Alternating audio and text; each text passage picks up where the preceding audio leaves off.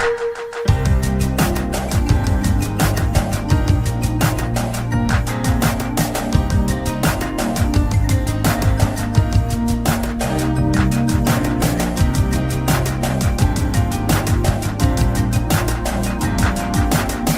are people who work hard but no longer have a voice. I am your voice.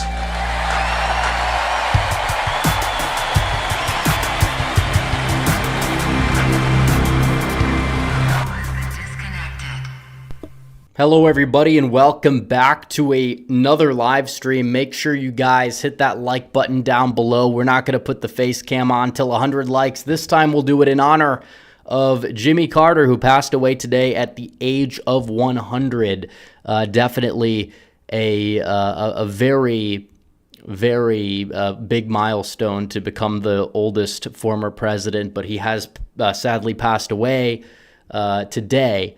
And we don't really have to get into that for a whole segment, but I just kind of wanted to, say our condolences. I'm not a big fan of his presidency, obviously, but it is true that he is very much known for his humanitarian work that he did after his presidency. He did largely, in my opinion, from the looks of it, have good intentions. And you can't say the same thing about a lot of Democrat politics today. He did largely stay out of politics during his later years anyways, to the point where he's not necessarily a polarizing figure, unlike a lot of the Democrat leadership in recent years, or after the Carter presidency, I should say. But nevertheless, rest in peace, Jimmy Carter, a big milestone. First president to make it to 100 years old. He got to live long enough for a lot of people to say that the worst president of their lifetime was not Jimmy Carter. He can rest easy now from that standpoint, because a lot of people, he got a lot of criticism for his presidency, whether people want to blame, all of those, economic downturns on him or whatever. It's fairly certain to say he had good intentions. Can't say the same thing about the current presidency that we have. I don't even know if Biden even is alive to have any agency over whatever the hell he's doing, but that's besides the point. Either way, rest in peace, Jimmy Carter. 100 years old, big milestone. What a life. It's not easy to become president of the United States, whether you agree or whether you disagree. It's a big milestone. I think everybody can agree with that. And we're going to be getting into a lot of other things to talk about. It's the last stream of the year. Technically, the wrap-up stream. We're also going to be getting into some of the Elon Musk H1B visa craze. He's going out there saying we need more legal immigration, technically. And a lot of people not too happy about that, myself included. Are some people blowing it out of proportion? Well, I mean, yes and no. I think that if you read into some of what Elon said recently, he is saying reform the program. But why did it take this long to get to where we're at? I think a lot of it has to do with pressure. A lot of people are pressuring Elon, but he did have a lot of insulting words to the base, and I'm not really a big fan of that. And we're going to be getting into some of that, and we do have a lot of super chats. And I just like to say that the stream, I accidentally scheduled it for an hour before now. I had my computer, I've been traveling a lot, different time zones, that sort of thing. Computer was changed to Central Time. The browser was still on Eastern Time. I said 1040, but it automatically registered it for some reason as 940 because the browser was like, I don't know, it was a disconnect or something. So I do apologize for those that were in chat waiting for about 15 minutes before I realized that something was up there, but hopefully everybody's okay with it now. I would imagine that they would be if they're here and they're listening. And if not, some people, if it's too late for them, they can come back on the replay and they can watch it. So that's that. Rest in peace, Jimmy Carter. We will be talking about the H1B visas. Elon Musk, he's kind of went off the rails the other night with what he said, saying, go F yourself in the face if you want to end H1B visas. And this really stems from an appointment that Donald Trump made or to the AI department, which is not to oversee immigration, but the guy that he selected is somebody that has a tendency of having a reputation of wanting more, what they like to call high-skilled immigration, more H1B visas. In these big tech companies. Elon Musk says we need 3 million engineers. We only have 700,000. Is that really the case? I'd like to see the full transparency of this whole process, because that's what he says. First of all, it's not like we don't lead in these big tech companies. It's not like we don't already have that advantage with everybody that we have now. Just saying, do we really need X amount additional per year in order to, keep the progress going? I would probably lean towards no. I wouldn't think we would need that many. Definitely, you do need talent to, build these big tech corporations, things like Tesla, even Twitter, X now. You do need that talent. That is true. But why exactly do we have to let in millions upon millions of people from other countries that share little in common with the everyday American, if we're going to be completely honest? That's not politically correct to say, but it's 100% correct. Do we have to let in that many people every year to do these jobs, especially when there are hundreds of thousands of Americans in STEM fields that are unemployed? It is true that in some areas there may be shortages, and it is true that we should be working to train Americans so we don't have those shortages. We have a lot of intelligent people in this country. That is true. Is somebody that's like really intelligent going to want to go, into some, engineering job, computer science job where they're driving down the wages using these visas to make, $60,000 a year for a job that they would happily do for $200,000 a year? That's kind of a question that these people don't typically like to answer, because they don't want to pay American workers. They would rather outsource. And Elon is not somebody that is immune from that. Now, Donald Trump, when he first ran for president, because that's the elephant in the room, what is Trump's opinion? Now, Donald Trump came out over the weekend. Well, he didn't come out. The New York Post came out over the weekend, and they gave Donald Trump a phone call, and they got the soundbite they wanted, where Trump says he's used H-1Bs before and he's fine with the program. He likes the program, even though he has said, and he did take action, that Biden revoked, during when Trump was in office the first time. He took action to, I guess you would say, not fix the program, but try to eliminate fraud, waste, abuse within the H-1B visa program, because there are a lot of people, first of all, that will lie about their credentials to enter this country, and they do that. And it is true that you have one country that is representing like 80% of H-1B visas. It's India. Why exactly is that? Well, is it entirely possible that they're gaming the system? Yeah, it entirely is. China, there's technically more capable people in China. There's technically more capable people in America and certain parts of the West. But still, for some reason, when people talk about the high-skilled immigration, it's all coming from one subcontinent, mainly one country within that subcontinent. It's a broken system. It really is. You have a nation of 1.4 billion that's very dysfunctional, and then you want to take in millions of these people every year and expect American communities to remain the same and look the same and just have the same culture, same way of life. It's not entirely how it works, whether people want to admit it or not. Elon's coming out and saying, well, these people, if you oppose legal immigration, you need to be kicked out of the Republican Party. It's like, buddy, you got here 6 days ago. You got here in July. I think Elon's a net positive. I think Elon is a net positive on many fronts. I think Vivek Ramaswamy, who also had a lot of words to say over the weekend, is in many regards a net positive, but you don't get to necessarily insult people. It is a big tent. Now, let me just be clear. If people are going to be going out there and trolling, intentionally engaging in bad faith, bad optics, whatever, yeah, those people, you shouldn't necessarily have to take those people seriously. It's free speech. They can do it if they want to do it. And now Elon is like banning a few accounts I saw today. I don't know if it's Elon specifically or certain people, and you can't do that. That's Twitter one type of behavior. And then you're saying, oh, these are woke right. It's like, well, you're being woke by trying to go out there and cancel certain people. You don't have to agree. You don't have to engage, but you say free speech platform, then you delete certain accounts, which, by the way, a couple of those accounts were acting in good faith. Some of them probably not so much.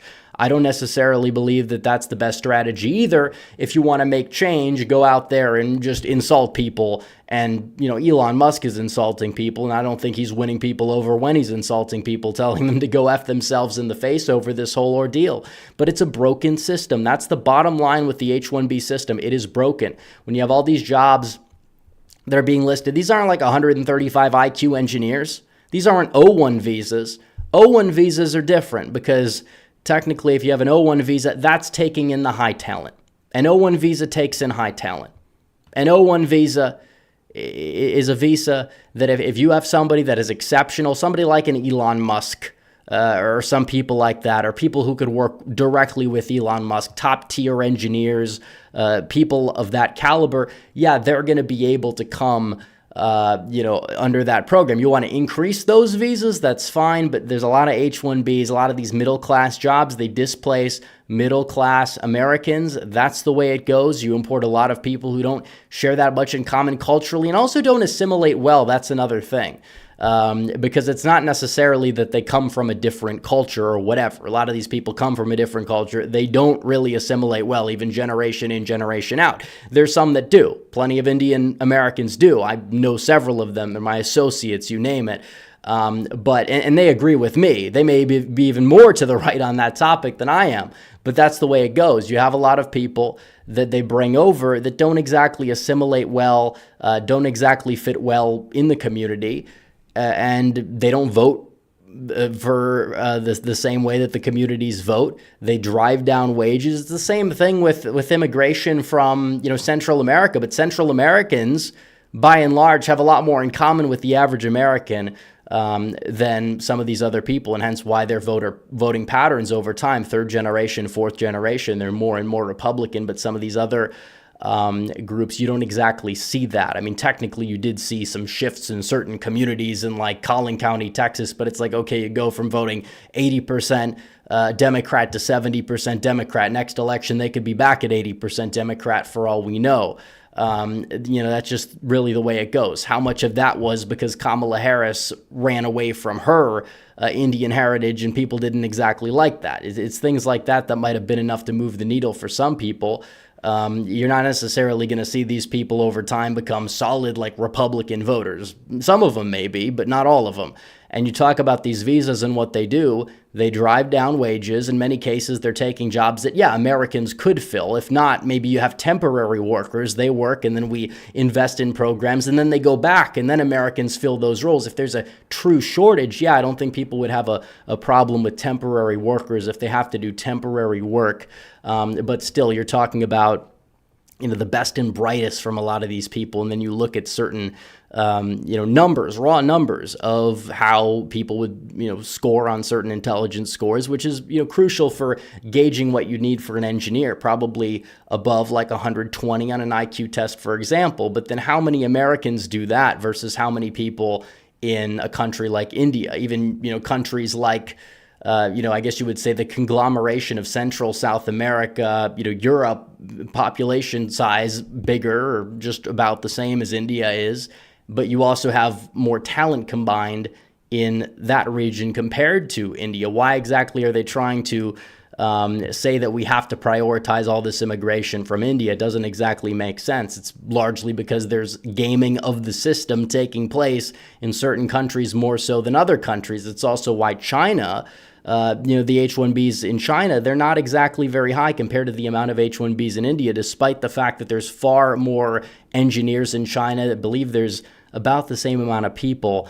And the average score on like an intelligence test is much higher compared to India on average. So you would expect there to be more in China, more engineers that would come from like China, Japan, those regions, certain parts of Eastern Europe, Russia, very largely populated areas if you added them all up. But you don't exactly see that. Why is that? Maybe it's because certain countries are just better at gaming the system and certain companies just prefer to hire from certain regions. It's technically DEI. They say the people complaining about this are DEI, Well, in reality, you look at companies like Infosys, in large, it's an in-group preference type of thing. And then other people get called racist. Other people get called, ethnocentric. It's kind of ironic that that's the case of what's going on when you look into the actual details of the situation at hand.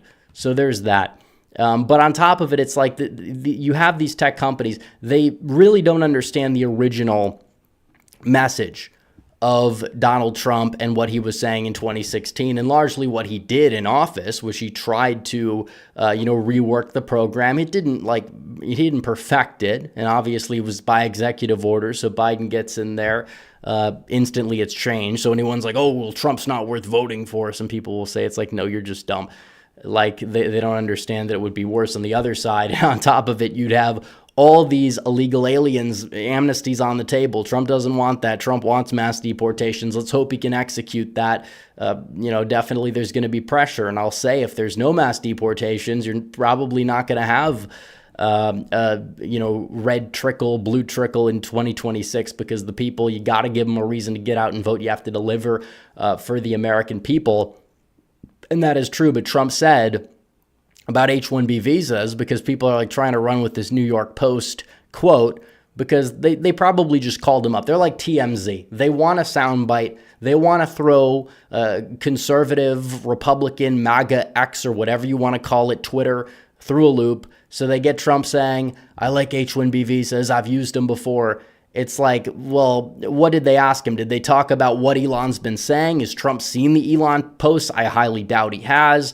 The bottom line is Trump on H1Bs, and I'd like for him to come out and give a full updated statement, not some little soundbite thing from the New York Post. It's not because I don't want to believe he said it. I believe he said those words.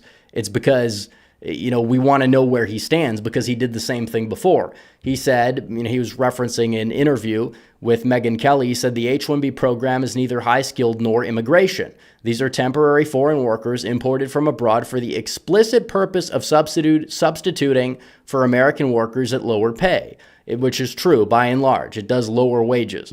I remain totally committed to eliminating rampant, widespread H-1B abuse, because that's what it is. You even see on the database for H-1B, they have like cooks, like line cooks, 20,000 a year. I think those are technically H-2B visas, but the bottom line is, do you need to import people specifically to do those jobs? Maybe you raise the wages a little bit. The left, they love to talk about income inequality. They love to talk about corporate greed, even where it doesn't exist. Like they blame inflation for it. But when it comes down to something like protecting American workers, that's when it goes out the window for these people, because they don't care about the workers, especially at this stage in the game.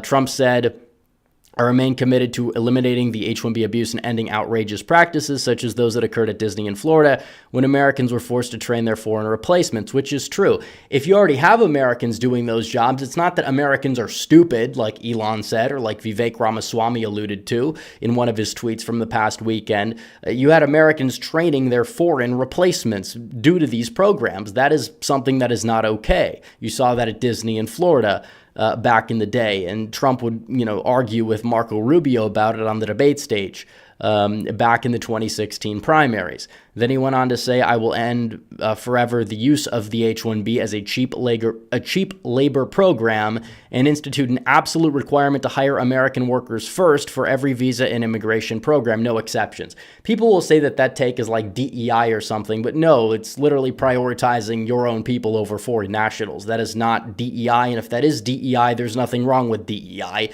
has nothing to do with DEI. DEI would be, I'll hire this race of American over this race of American. That is what DEI is, for the sake of inclusion. There's nothing wrong with putting Americans first. That's meritocracy of Americans. This is not globalist meritocracy. This is nationalist meritocracy. So Trump went on and said this, and he didn't say he's going to eliminate it in full. I don't expect him to eliminate it in full, but there are problems. And Elon Musk did, in one of his tweets, admit to that and said he wants to lower the amount of, I guess you would say, lesser talented H-1B. So if he goes through with that and Trump goes through with that, that would be a positive thing. And I'm not saying it's not. I think Elon overall to Trump and the movement, he's been an asset. he has been a net positive to a large degree. I don't want to get into a big fight with Elon. I would rather not fight with Elon. I understand where Elon stands on this topic. Elon is not somebody I agree with all the time. I've always known that he says end illegal immigration, build the wall, that stuff. But legal immigration should come down as well. There are problems with the amount of number of people we take in. I know Trump at times has sent mixed messaging on it. If you look at when he was in office, though, he cut legal immigration in half essentially during his term. Even before COVID, he did things like the public charge rule, was trying to get rid of chain migration, lower fraud in the H1B visa programs, that sort of thing. That's what we're talking about. It is true a lot of these people are, temporary workers. That's true. But at the same time, we probably should make sure that we invest more in training Americans in the long run, and make sure that for some of these positions, we don't need to be hiring foreign workers for. It's a system that is bloated, it's abused, it's taken advantage of largely by one country and one subcontinent. You can't get away from that. It's 100% true. And this is a problem that does need to be dealt with. And you can't sit here and call people racist and then say they're woke because they disagree with you. Like, that's not how it works. Are some people probably saying some off-color things? Yeah, I mean, we all see that. But it's not the majority. And trying to focus on those people as like the main people upset with this, ignore the actual problems at hand, that's bad faith. That's entirely bad faith. And you can't do that because there are legitimate problems with this. You can't tell people to go F themselves in the face if they disagree with you. You just can't do it. I mean, it's just not a good look for Elon. I get it. Everybody has those days. You got to get a rest. You're being attacked from people. But, I've been attacked by a lot of people. I don't act like that. Okay. And I'm not the wealthiest, one of the most powerful men to ever walk the face of the earth. It's just the way it is. I'm not Elon Musk. He should have thicker skin anyways, but he for some reason doesn't. But that's beside the point. The one thing I will say is we have a problem, and we can't let Elon dictate this policy for a negative. Now, I think Elon is somebody that can be receptive and can be pressured. And I think to an extent he was forced to say, and correctly say, that he would like to lower the amount of low-end H1B visas, and he wants more, talented people, and that's true, and whatever. I mean, to be fair, the system still needs reform in that regard, but that's a little bit better. But there's a lot of people fighting and bickering over this topic on social media. My stance is basically Trump's 2016 and probably still current stance. It's what he worked to do when he was in the White House, try to lower the abuse and fraud that takes place within the system, because it's a broken system, and it is broken. It's not meant to be broken, or it is meant to be broken, I should say, because you have these corporate interests. They want to lower wages. They say top talent. We look into it. We see what it is. $60,000 a year jobs. You don't need top talent for those jobs. You usually don't get top talent for those jobs. They want to lower wages altogether. That's what legal immigration is. Unions back in the day, when they actually had some sort of principle, they would fight against this. But ever since they've fully just committed themselves to being money laundering wings for the Democrat Party, we see a little bit of a different story. And that's kind of what we get. But I put this out and I basically outlined it in a 3-part thread, I guess you would say, where I said the H1B system is abused by corporations. They want to drive down wages. You're importing people by the hundreds of thousands every year that don't really have much in common with the average American, and many people that just don't really see America as anything other than an economic zone. Not everybody that comes into the country views it that way, but a lot of these people, especially the people that come off of H1B visas, they tend to just view America as an economic zone. There's little to no attachment to America or the American dream. It's just the way it goes. And that's partially why it does need serious reform. On top of it, I think Elon Musk is a net positive in many ways. I don't hate Elon Musk. I don't agree with him on everything. I also don't hate him. It's, we have a big tent for better or worse. Sometimes it is for worse, but he did help elect Donald Trump. Trump could have won without his support, I believe, but he did definitely help elect Trump. He did a lot for Pennsylvania. He made, I think, social media open again, and hopefully he doesn't start to crack down and close it because people are disagreeing with him on this topic. But in many ways, yeah, he did help elect Donald Trump. He did make the platform usable again. He made it like 2016. He moved the Overton window. He changed the culture a lot, and that's very important. But again, he's not the immigration guy. And his recommendations are not going to get the final say, which is kind of why I agree that talking about it too much is probably not worth it. We just kind of want to let Trump know that the base has a different view than some of these, new advisors that arrived here 5 minutes ago. And again, I like Elon and I like Vivek, but they're a little off base here. And I find it interesting because Vivek on the campaign trail said he wanted to lower H1Bs. Now he wants to raise them or something. I'm not sure what happened there, but either way, Elon's not immigration czar. That's Tom Homan and Stephen Miller to a large degree. Stephen Miller's more of the legal immigration czar. Tom Homan is more like the border guy. And again, we always knew that Elon had these views, but he needs to understand it's a big tent too. You're late to the party, and that's fine. You don't get to just tell people to go F themselves in the face for having Donald Trump's original position on the topic. You just don't. That's not how it should work. Even if you agree with Elon, that's not how somebody should be behaving. It's really not.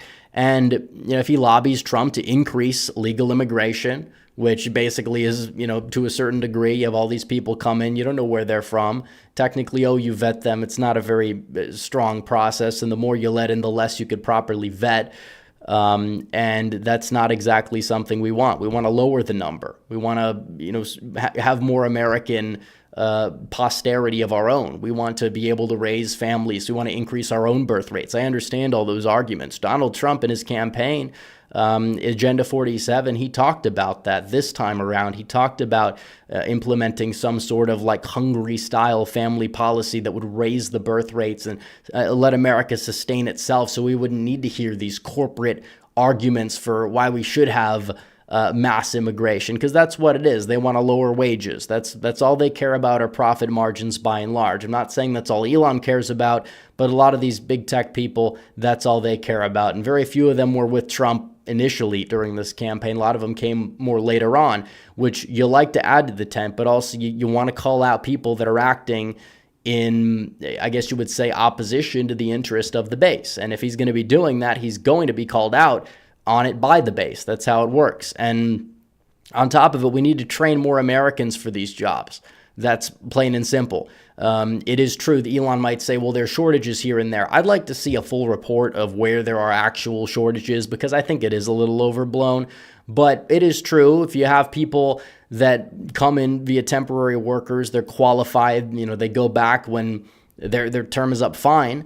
That's fine. But again, the end goal shouldn't be to make those people citizens, more so to try and get Americans to be trained to hold these positions. Obviously, if you are top 0.001% of American talent, yeah, maybe we would want that person. I'm not saying that we have to have an immigration rate of zero. I support a moratorium, but that's technically net zero, somewhere around 200,000 people. We have people leave every year. We'll have people come in. That's how it was back in the day, back in our first golden age. That's how it should be in our next golden age.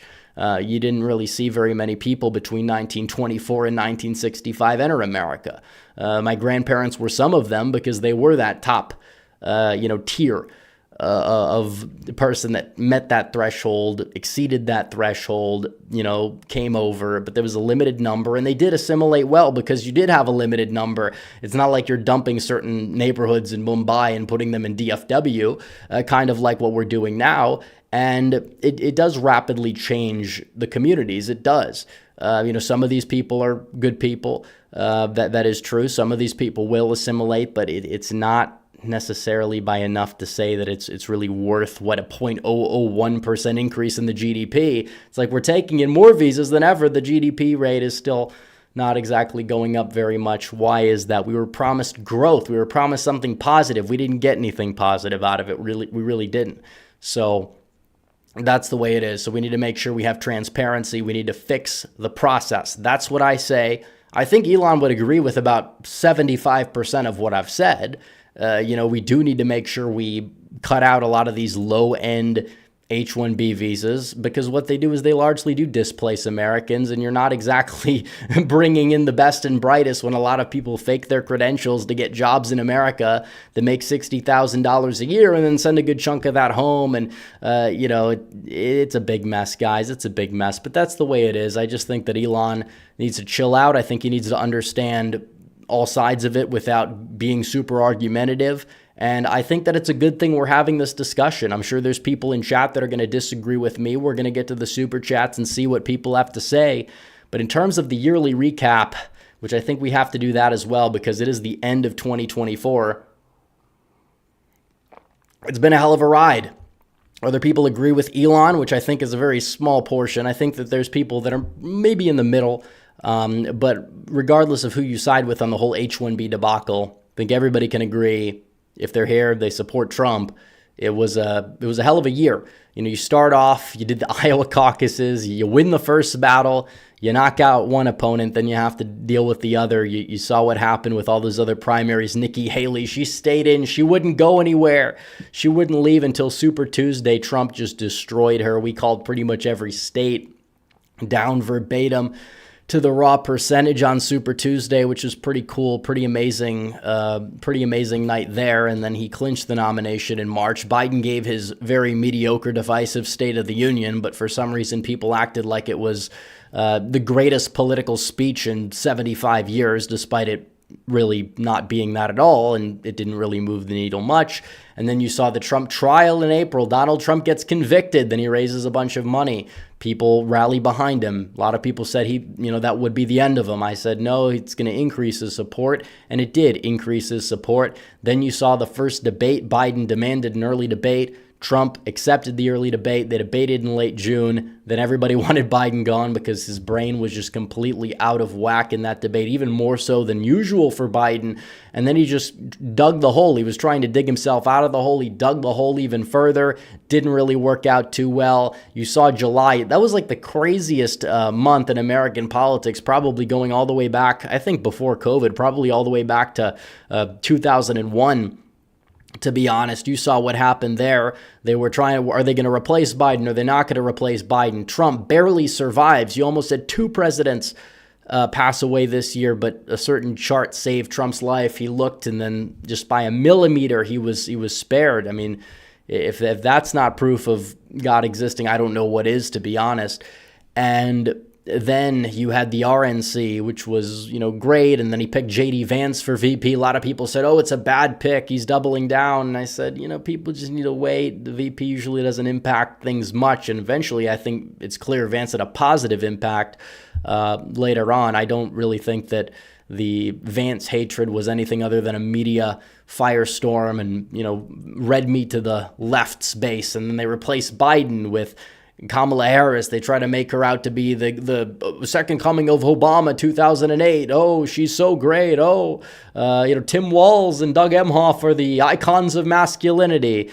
And eventually the honeymoon period wore off. The DNC was weak. It fizzled away. You had the Trump-Harris debate. They tried to say, oh, she won it big. Yeah, the polling didn't show it. I thought that Trump had a very, very good performance, even if Harris may have overperformed certain expectations by, not being as appearingly brain dead as Biden, even though she's not necessarily that many leagues above him in that regard. And we kind of saw that later on in the campaign trail, where she didn't end up doing so well when she wasn't in that environment. And you saw the poll numbers crash, and they tried to keep her afloat. They had all these garbage fake polls. The election mafia were arrogant. They were smug. They were just gaslighting in the highest degree. Well, we were actually out there making sure people got out to vote, turning out voters. And on November 5th, it culminated with a Trump victory. And then after that, the media were just dumbfounded. They didn't know what to do. It was a little bit different than 2016, a little bit less anger, a little bit more despair, sadness, emptiness, disillusionment. They didn't know where to go, even though it was a little bit more evident. They just gaslit themselves into believing it could never happen, but he completed the greatest comeback story in American history, hands down. And then he assembled his cabinet, and he's got the highest favorable rating that he's ever had. He's in the positives now. Nobody thought that could happen, and he's ready to go back to D.C. for 4 more years. So that's the yearly recap. Did it straight off the top of my head. I hope I got pretty much everything that there was to get. But that's it, guys. That's pretty much it for the yearly recap. We're going to get to Super Chats. We've got a lot of them. B. Dunn says, R.I.P. Jimmy Carter. The hood lost a real one today. So true. Jimmy Carter, rest in peace at 100. That's an amazing life, whether you agree or not. He definitely led an amazing life, became president, did a lot of humanitarian work. That is something that is something to be proud of. Johnny Heart Dog for 5 says, this is old news, but I don't like that Lara stepped down from the RNC. We need her there more than we do in some Senate seat. Well, she did say that she would withdraw her name from consideration for the Florida Senate seat, and I don't think she's running for North Carolina's Senate seat either, to be honest. But, she did good, and I think a lot of it is because of her, but Michael Whatley, who's kind of also been there and worked alongside her, he's still there, and maybe she'll go back. So I don't know. Either way, I think the RNC is in much better hands than it was several years ago, and I'm glad they're keeping Whatley on because he did such a great job. That party was broken at the beginning of the year. You could make the case Trump wouldn't have won if you didn't see a leadership change, but you saw one and he won. So, and it was his pick, by the way. They were mocking, Trump is choosing the people leading the RNC. It's like, yeah, these people are wrong about everything. And they're the same people that'll also complain about the H1B thing because they're rooting for Trump to fail. They're trying to drive the wedge. It's important to keep the eye on the ball here. You can criticize Elon and criticize the H1Bs, and I will. But at the same time, there are some people that are doing it out of bad faith because they just want to see Trump fail. They will take Elon's words. They will sensationalize them the most they can out of context. They'll do the same thing for Trump. They'll pretend like that New York Post thing was like the be-all and end-all of it. I wouldn't have, I would say I'm not really the biggest fan of the New York Post response. But again, you call somebody up, you get the soundbite you want, you run with it. That's how these people operate in media. It's the way it works. We understand where Trump stands on H1Bs unless he says something publicly that's different, saying, we're going to enact this policy day one to triple the H1Bs. He hasn't done anything like that. He says he uses the visas. He does technically use the visas. He's been open about that. He said it back in 2016 when he was criticizing the program. And the program needs work. Elon admitted the program needs work, and that's true. So if we brought that to Elon's attention and make sure that there's going to be at least some reform and we do lower the overall number, then I think it's a win. I think it's a net positive. So that's the way it is. But the base will speak. The base will speak, and we're not gonna go quietly either. And look what we get out of it. Johnny Heartdog for 10 says the country was built on legal immigration, not all whites either. I think people on both sides make too much about this. Vivek had good points, but he should have been more tactful. Well, the country was built on numerous things. The reason why we needed a lot of legal immigration, we had a lot of legal immigration from it was mainly Western Europe back in the day, was because we had all these factories. We had this industrial boom. There's not as many tech jobs as people are making there out to be, and a lot of these jobs likely don't even need to exist in that capacity, especially if you talk about AI and coding, all this stuff. It's like possibly that some of those jobs are going to go away too anyways. So the main concern here is we don't want to increase the level of immigration to displace the middle class. And to be fair, when people will say, they'll use that as a straw man, well, what about the white immigrants back in the 1890s?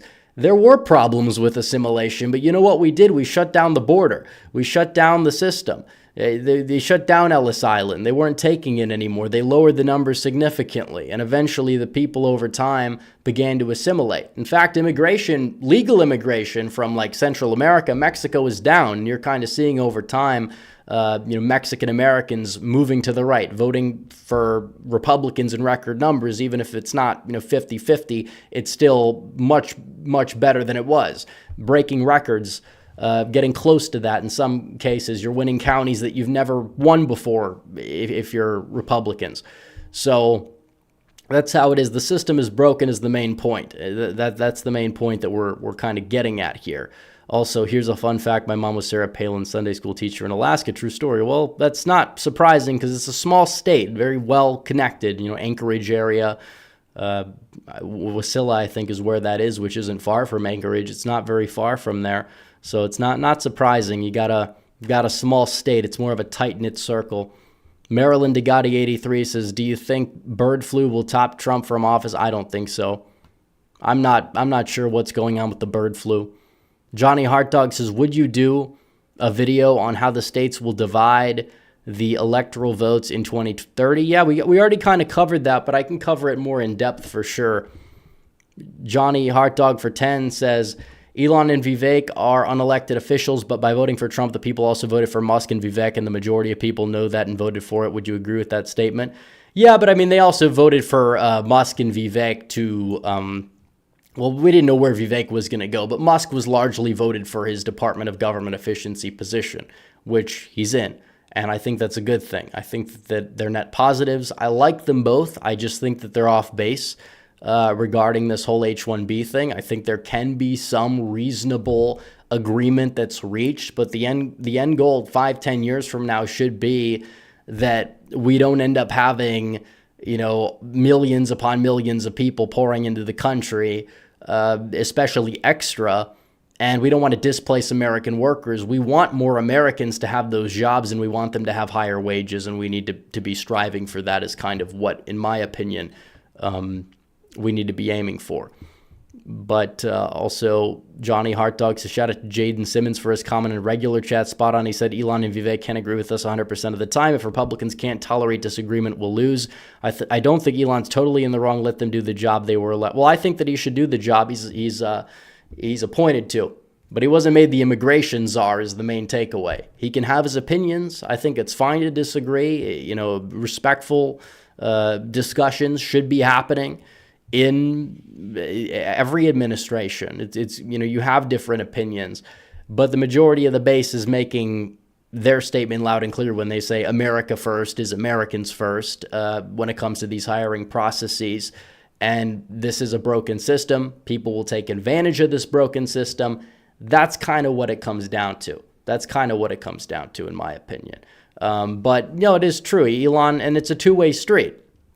Elon isn't elected technically. He has a informal position in Trump's cabinet, and I think it's a really good spot for him. I really hope he does well there. But telling people to go F themselves for disagreeing and trying to gatekeep, that's the type of stuff that I just can't work with that. Doesn't mean I don't like the guy. Doesn't mean he doesn't have positives. That's the way it goes. Red Whale Politics for 10 says, it's funny when the left says MAGA's fracturing or falling apart because we're having healthy but very intense debate conversation about H1B. It shows the left eats the establishment. Well, they can do that all they want. Look, it is a very online thing too, but it's where the discussions happen. This is where the power players are. They are online. They do have Trump's ear, and that's what it comes down to. There's not going to be agreement 100% of the time. That's perfectly fine. I like a lot of the people that I disagree with. There's people that disagree with me on this very topic that I like, and that's okay. But I will say that doesn't mean that I'm not going to use my voice and voice my opinions and have this discussion, because usually the more discussion is going to lead to the best solution. I think most people would agree. The left wants to say, oh, they're eating each other. Well, they can live with that consolation prize all they want. It's ironic because the left has no direction. They have no policy. They don't know where to go from where they are. This is where the energy is. If that energy sometimes, if we're having the discussion, this is the time to have it, in my opinion. I think it's a good thing. I think it's a good thing to have the discussion. It's good to know where Elon stands on certain things too, because now we also know what we're working with. And if he's made certain positions clear and then we pressure him and then he makes it even clearer and kind of bends the knee a little bit, that's a good thing. I don't have a problem with that. I really don't. But if I'm going to disagree with somebody, or I see something that somebody says that I don't like, yeah, I'm going to probably want to speak out against it a little bit. It's not a cult. They say cult. It's not a cult. There's people that are wearing the same hat that are going to have different opinions, and that's okay. The end goal should be, we want to make America great again. We want to put America first. I think this is how that gets done. I don't think it's America first to import all these people, displace the middle class, rapid changes to certain communities that they can't keep up with. That's what it is. People will say, Trump didn't run against legal immigration, but he technically did. Like, what do you think Springfield, Ohio was? What do you think Charleroi, Pennsylvania was? I mean, it was a little bit less, of a process. It is true that these people basically were given amnesty. It was somewhat illegal.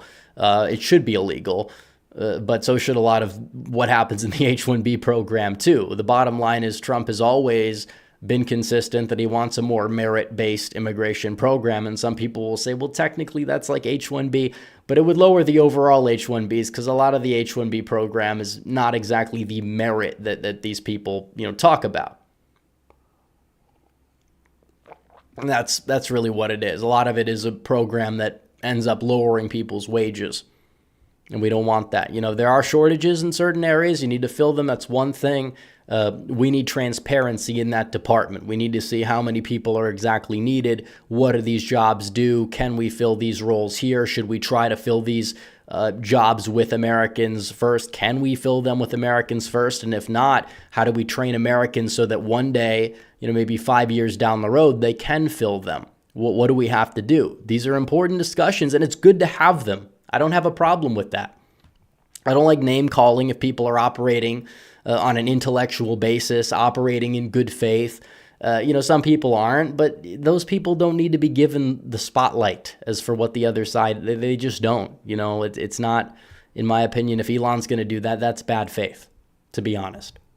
Philip Garcia says it may not be evident now, but congestion pricing will have a strong impact on the New York gubernatorial election, even transportation. Oh, it could flip.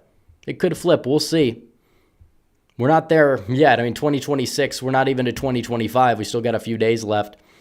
Mitchell Ryan says, is there another mandate headed our way for B? I don't know exactly what that means. Mike Oxart says, Carter officially qualifies to be 2028 Dem nominee. Well, he's still got more of a functioning brain than the current president. We'll leave it at that. Rest in peace, Jimmy Carter. Rest in peace. Cameron Campbell says, a moment of silence for the bad president but great person.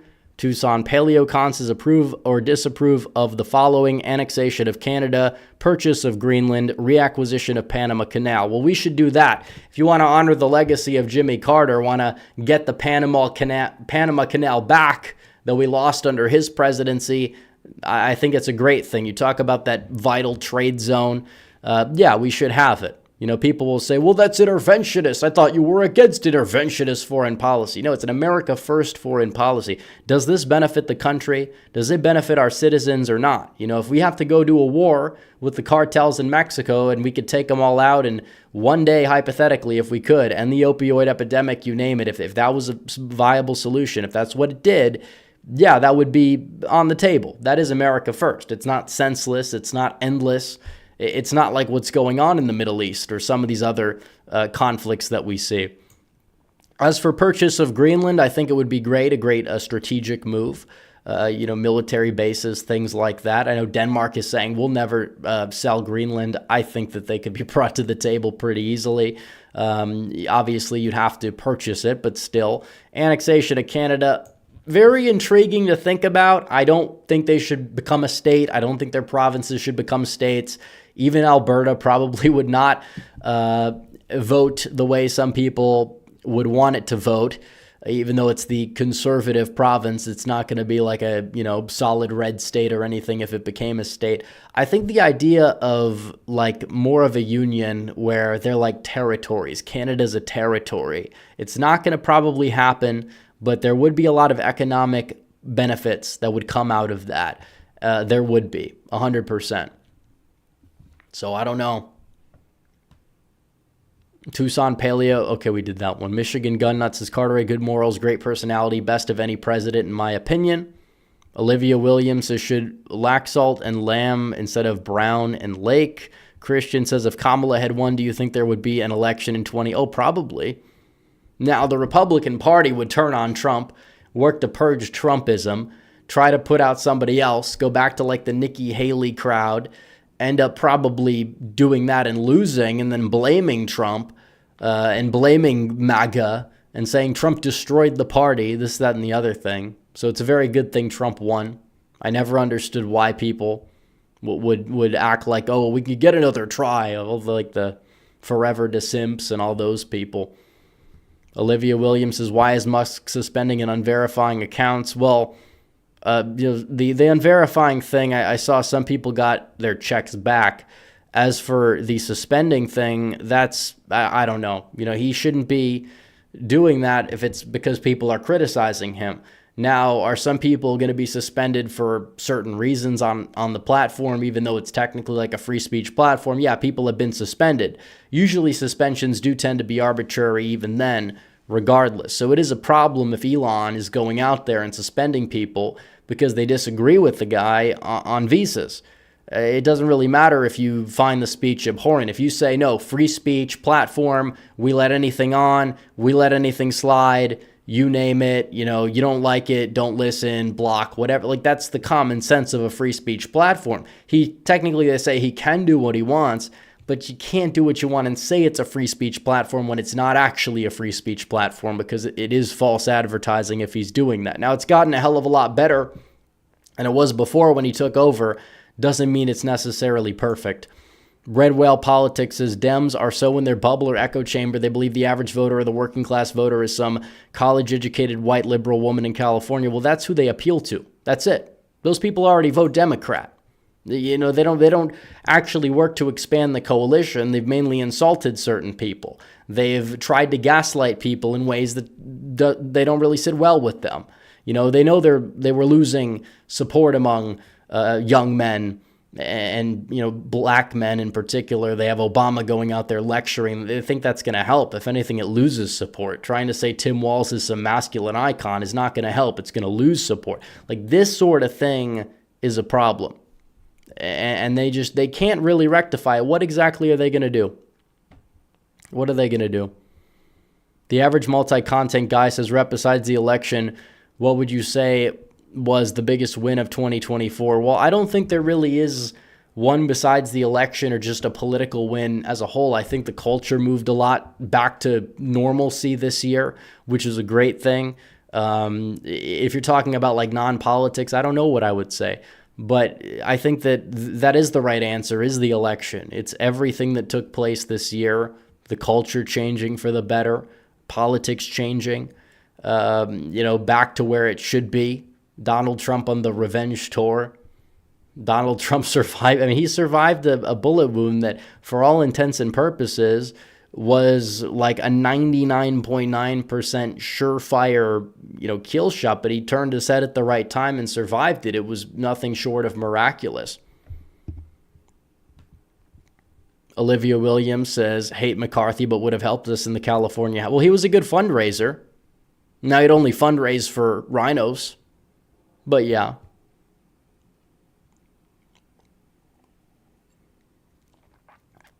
Cameron Campbell says, as someone who's trying to get into trade school, I could say H1B is an insult to me. It largely is.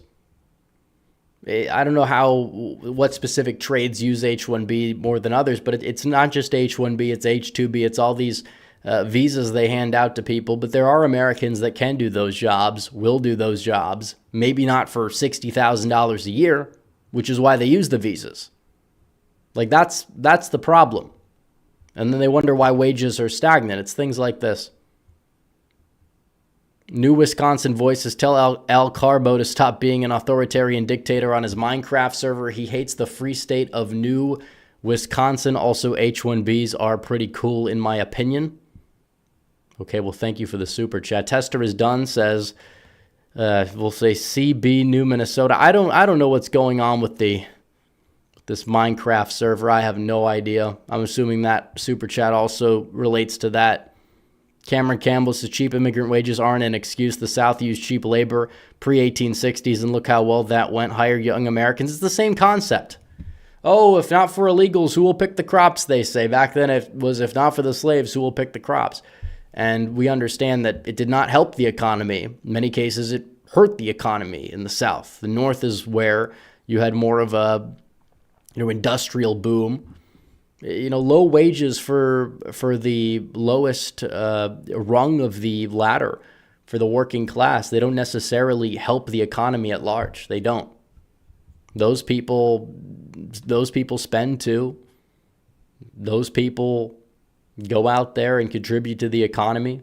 That doesn't mean they need to be, set a minimum wage at $25 an hour. I don't think that's a good thing either. I think the market has to let itself work out. But I think that past a certain point, if you're displacing certain workers in this country and you're not willing to train American workers, you're not willing to pay American workers, it's a problem for the economy. It really is.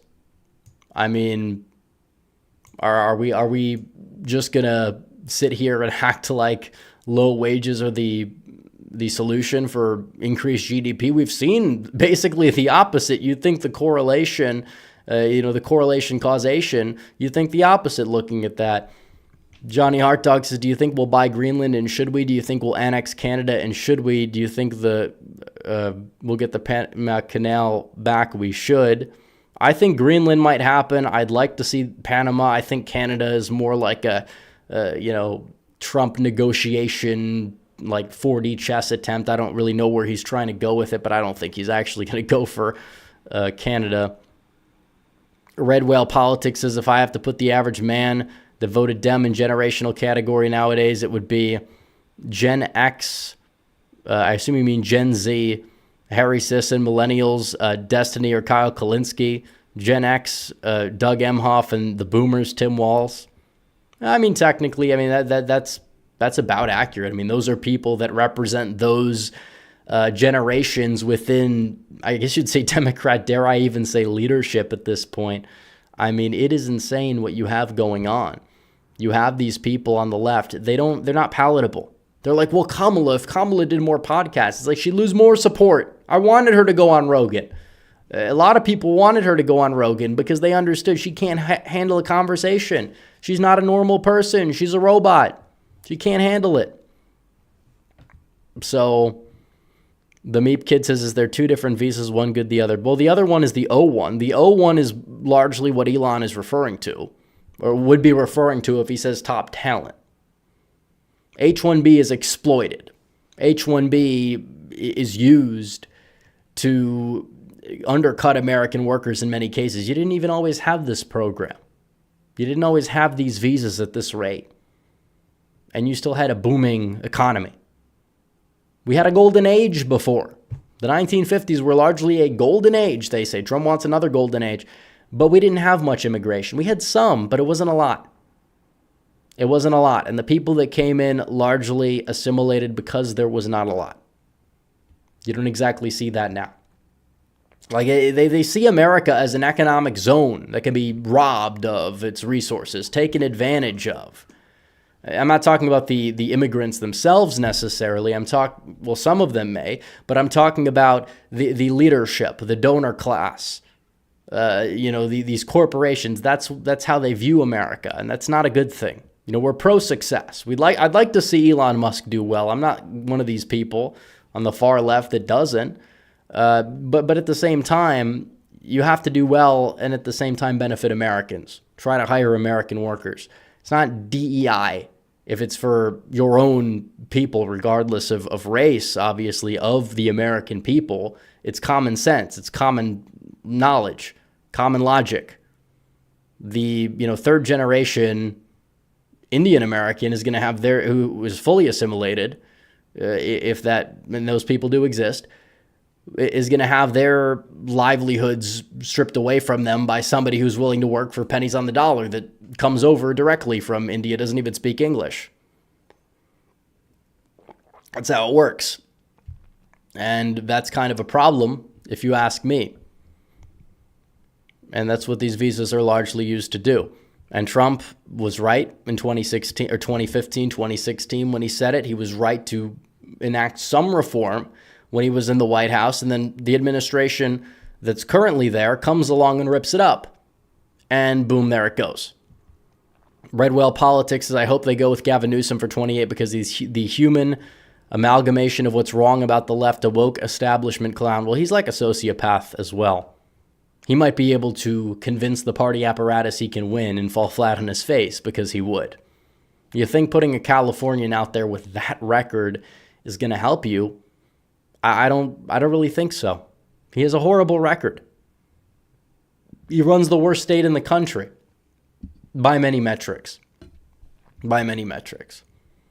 The left will say that's not true. They'll point to Mississippi or something like that.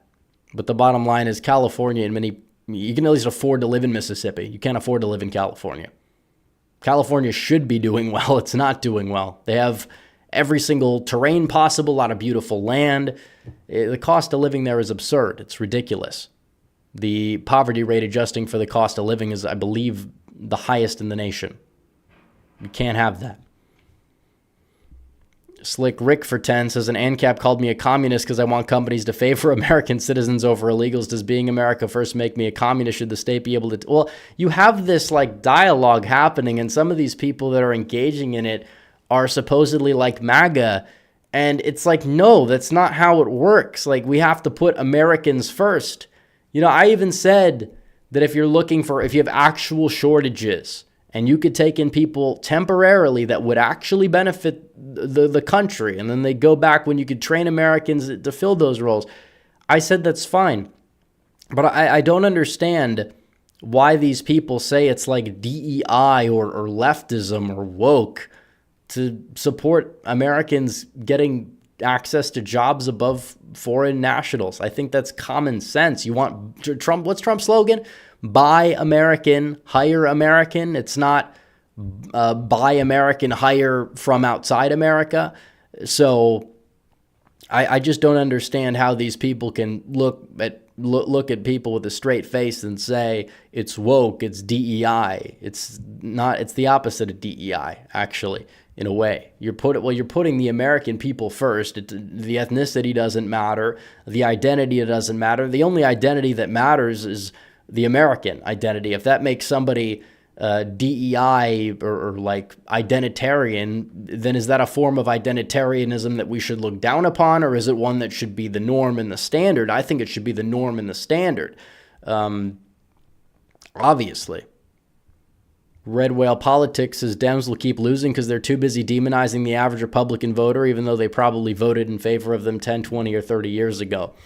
But a lot of these people that have taken over weren't voting 30 years ago. These people are like millennials, woke millennials, gone crazy. These are the type of people in leadership positions in the Democrat Party. The old guard is there, but they've lost a lot of their grip on power. It was like pulling teeth to remove Biden. I don't even know if they're going to have the full like strength that they had to do that in 4 years to even dictate who the nominee is going to be. You're going to end up with Kamala Harris again, or somebody along those lines who could even be worse, to be honest. Maybe somebody that hasn't lost an election already, but still, you're dealing with the bottom of the barrel, and it shows. We'll see who they pick to be their party chair. Not like it's going to make all the difference in the world either, but we'll see. The Jaded Kriegsman says the reality is if we, as the third largest country, cannot supply most of its own talent, then that is in part on our educators and Well, I mean, when they say we're not training enough people, I don't necessarily disagree. I think that there's certain things we need to do that will incentivize, but also why is somebody going to want to go into engineering? You know, we have a surplus, maybe have a surplus of certain occupation, but we don't have a surplus of another. Well, maybe it's because one is just more attractive for people to enter when you're paying, I don't know, $60,000 a year for somebody with like an engineering master's, and then they get their job taken from them by somebody from the Mumbai province of the Indian subcontinent. I don't know. I mean, just do the math there. But either way, like, should there be certain programs? There are, and we have a lot. We're increasing our homegrown STEM graduates every single year, it seems, if you look at the actual data. So, again, I don't know. Red Whale Politics is, what was your college experience as well, I was barely on a college campus, probably for about a year and a half until COVID hit, and then I just never went back for obvious reasons, because COVID was the big thing. But it was in terms of like the campus, definitely more liberal. I feel like nowadays it'd be a little bit different, because I feel like the younger Zoomers are a little bit more conservative than like the older Zoomers. But there are a couple, woke professors here and there. Yeah, I mean, there wasn't anything like particularly crazy. There's plenty of schools that are a little bit more crazy than the one I went to for sure. But Ash K2 says, we all made fun of LTE for working in the Harris campaign, publishing biased videos. To be fair, he had Trump winning a few times. You had Harris Biden winning 0. What happened to Harris Republicans? Well, Harris Republicans don't exist. They don't exist any more than Biden Republicans existed. Probably less than even Hillary Clinton Republicans, to be honest. As for who has Trump winning or not, it's because Trump was obviously winning big. If you're going to take like when Trump is polling at a peak, Trump barely getting by, and then you go to the other side, even though Trump clearly didn't lose any ground. That's on you as a predictor. As for why I didn't have Harris beating Trump in a prediction, because she never she never led Donald Trump in reality. Even when the polls had her up, it was largely response bias. We proved this because when we're tracking the polls that polled the same people, and they pulled the same sample, they did a callback sample, Donald Trump's support never wavered. They never wavered at all. But you did see a lot of like these new or like undecided previous voters that people say were undecided, but newer voters more likely to answer polls that were answering the polls in favor of Kamala Harris. And eventually they kind of dropped off a little bit toward the end. But the bottom line is because when people make videos, and my takeaway to answer this question is I don't really talk about it much. I only will bring up this character if people bring it up in super chats like yours. But the main takeaway is if you pass yourself off as unbiased, I don't do that, for the record. That's the first non-starter, because I'm not just political projection central. It's Red Eagle. It's not Blue Eagle. It's not even purple. It's Red Eagle. That's supposed to be bias. I wear the MAGA hat. I don't work for the Trump campaign. If I did, I'd really have no problem disclosing that, for the record. I don't take money from anybody except super chats and other sorts of advertise. Everybody knows my sources, like everybody does. That's not the point. But then you have other people that'll try to pass themselves off as unbiased, say that, oh, well, you can't trust people that are biased for analysis, and then they literally are working for the Biden White House or the Harris campaign, or running one of the most disastrously, not even just biased, but disingenuous, just dishonest accounts in the history of the world, running that account, and then trying to pass yourself off as unbiased. I don't even care if you have Trump winning the final prediction. It's a little iffy in terms of your analysis if you don't disclose that. I'll say that much. If you disclose it, it's one thing. But if you pass yourself off as unbiased and you're not, I don't care how many predictions. You can find a prediction out of hundreds that had Trump up. If you want to go back to my channel, 2 years ago we did predictions. We were like toss-up election. We didn't have Trump winning all of them. I made Biden scenarios. They weren't like official predictions, but we did a Biden best case, which is laughable in retrospect because it didn't even come close to coming true.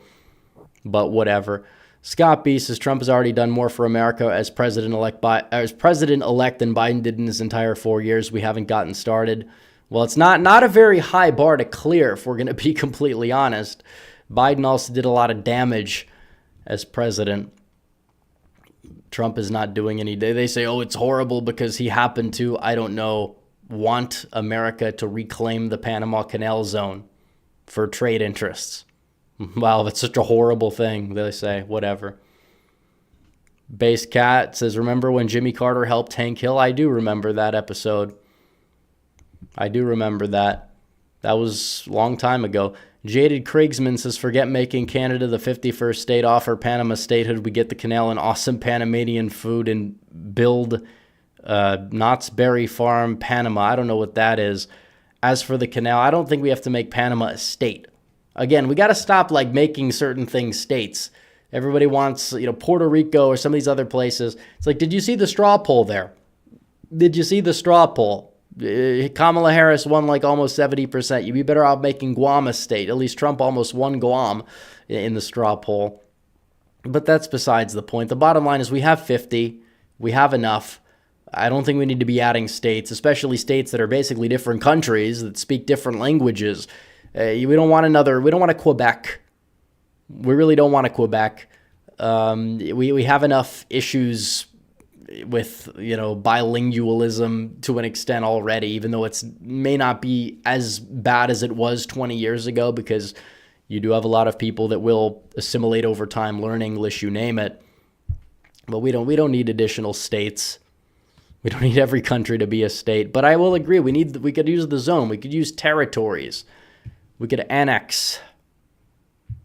That would be interesting. But you have people that are like, well, make Cuba a state. It's like, you understand the Cubans that are here are not the Cubans that are there. The Cubans that are there under a communist regime. If Cuba became a state, it's not going to vote the way you'd like it to vote.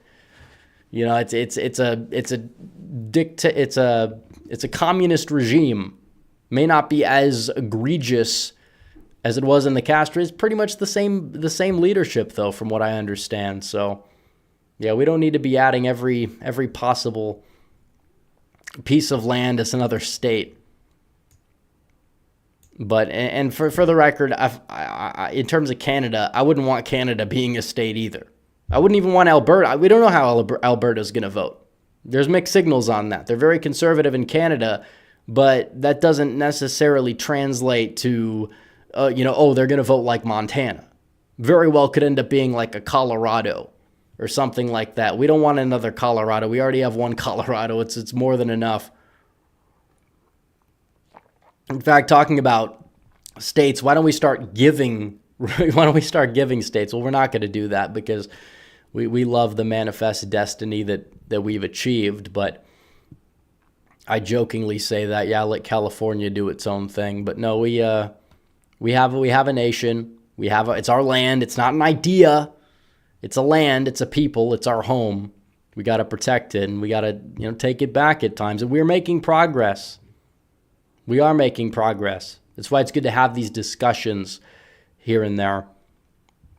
Jay Jazz says, if Biden pardons everyone, how can there be justice? Please explain. Well, it's not justice. For the record, he's not letting murderers on the street. He's, for some reason, saying, we got to stop them from being executed.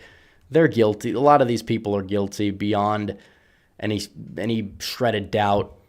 There's really no reason for him to be going out and doing this. But what it does is it tarnishes the Democrat brand the more he does this. Between pardoning Hunter, between pardoning these people, between saying, we got to put Trump in jail, which he said before the election, tried to walk it back and then called his supporters garbage and then tried to say he didn't.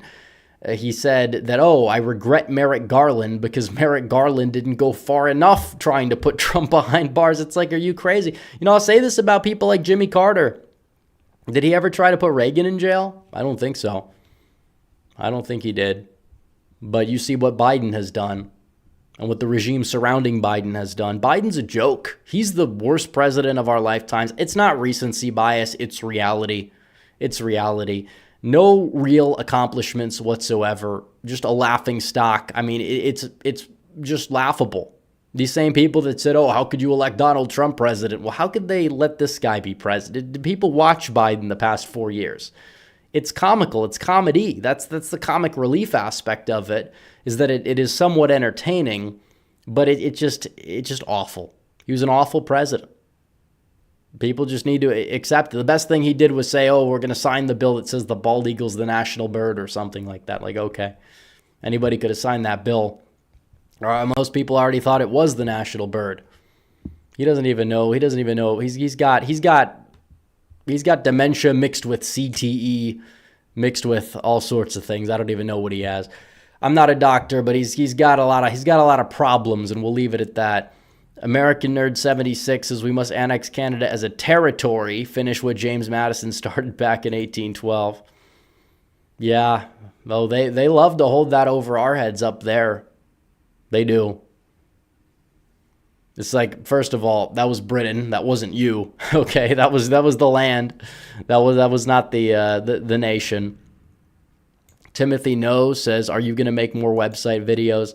Yeah, I will. I've been busy traveling. I'm going to do one every week next month. It's the new year. We're going to get into a good rhythm.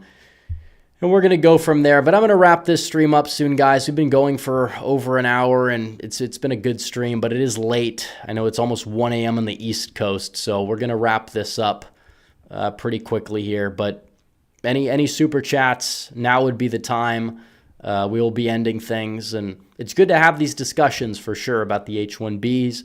Want to make sure that we can get everybody on as similar of a page as possible so we can actually get things done and fix a system that is broken, that is taken advantage of by corporations, by other nations. Either way, we got to put the American people first. That's what we want to do. And I believe that we don't have to fundamentally change certain parts of America in order to do that. And if that's some sort of controversial opinion, well, so be it. I think that's a hill worthy of dying on. Otherwise, I wouldn't have put this hat on in the first place. So that's the way it goes.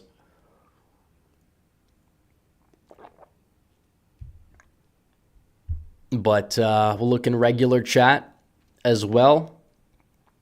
Stephen Miller needs to be fully in charge of policy details. I agree. Good stern, reasonable approach. Yeah, I mean, that's how we get these solutions. I'm not going to sit here and insult Elon Musk nonstop, despite him insulting me or just a lot of people in general. He says it's only dictated to like trolls or whatever, but then he's calling certain people who aren't trolling trolls. So it's a little bit of a gray area. But either way, I think you got to work with these people. Elon's a powerful person. You don't want to cross him entirely. But at the same time, you got to stand up for yourself. You got to stand up for what you believe in. And you got to make sure that you make your voices, you make your voice heard. Because I didn't sign up for certain things that he believes. And he can't try to railroad the entire Trump agenda on immigration, in my opinion. American Nerd says, thoughts on Mike Johnson. Will he stay the speaker or will he have another shit show? I feel like as time has gone on, he's shown that it doesn't matter. I always said he has good intentions, and maybe you could make the case he still does. My issue with Mike Johnson is that there's not really much leadership ability that he's been willing to show, and that's an issue. It doesn't really matter what the voting record was before in Congress. If you're going to be speaker, you need leadership abilities. I hate Kevin McCarthy, but he could fundraise money. He did better in the House in a otherwise bad year for Republicans, even though it was an underperformance. But compared to whatever we did this year with Trump winning districts by 10 plus points, Republicans were losing them down ballot. You can't have that happen. It's poor leadership. But I don't know who you're going to make speaker. If you have another fight, how are you going to carry on the transition? These are important things to consider. And I'm sure Trump's going to have to consider. It is true that Johnson is somebody that Trump could just use as like a pawn and try to like work through him, push him around, get what he wants, like that sort of thing. Like even when it came to the whole omnibus thing, making sure you trimmed it down. Like Trump played an instrumental role in that for sure. But it's like there still are all these problems. What are you going to do with the debt ceiling? Obviously McCarthy should have dealt with that a long time ago. Trump's administration is going to have to bear the burden. Democrats are going to put the blame on Trump and use that as a thing to campaign on in 2026 as they're not able to fix it. So you got to tread carefully. I don't know who the speaker is going to be. I'm sure we're going to cover that fight when we get there. But that's the way it is. If Johnson's going to be the speaker, I hope he does a good job. But so far, he's shown signs of weakness, and you can't, even as somebody who has been rooting for him, you can't get away from that. You really can't. So you got to keep going. Eric Billiter says, enjoy your content, no more states. Thank you. I agree, no more states. We have enough states. I think that we could 50's enough. I don't want D.C. I don't want Puerto Rico. They can be territories. I don't want Guam. I like Guam. I don't want Guam as a state. It's not even big enough to be a state. Greenland, I want as a territory. Doesn't need to be a state. We had the American Empire. When we were conquering, we did, from the sea to the sea. We got all these states. We admitted them very slowly. Half the country was territory. That was fine. We have the entire mainland as states. I think I'm content with that. And part of it was, are they going to admit certain states that didn't have very many people in them to begin with, or didn't share the values of the rest of the nation? These are things that definitely needed to be taken into account, and they were taken into account. So I think 50 is enough. Alaska and Hawaii are like the exceptions. I don't think we need like every little territory that we have to be a state. But I'd like, if land is going to be useful for us to have in our corner, control over, then we should be able to. I don't think we're going to realistically annex Canada, but it would be fun to see it happen. But all right, I think we're going to wrap it up, guys. Make sure you guys like the stream down below, subscribe, hit the bell. I will see you guys in a video tomorrow. Red Eagle out.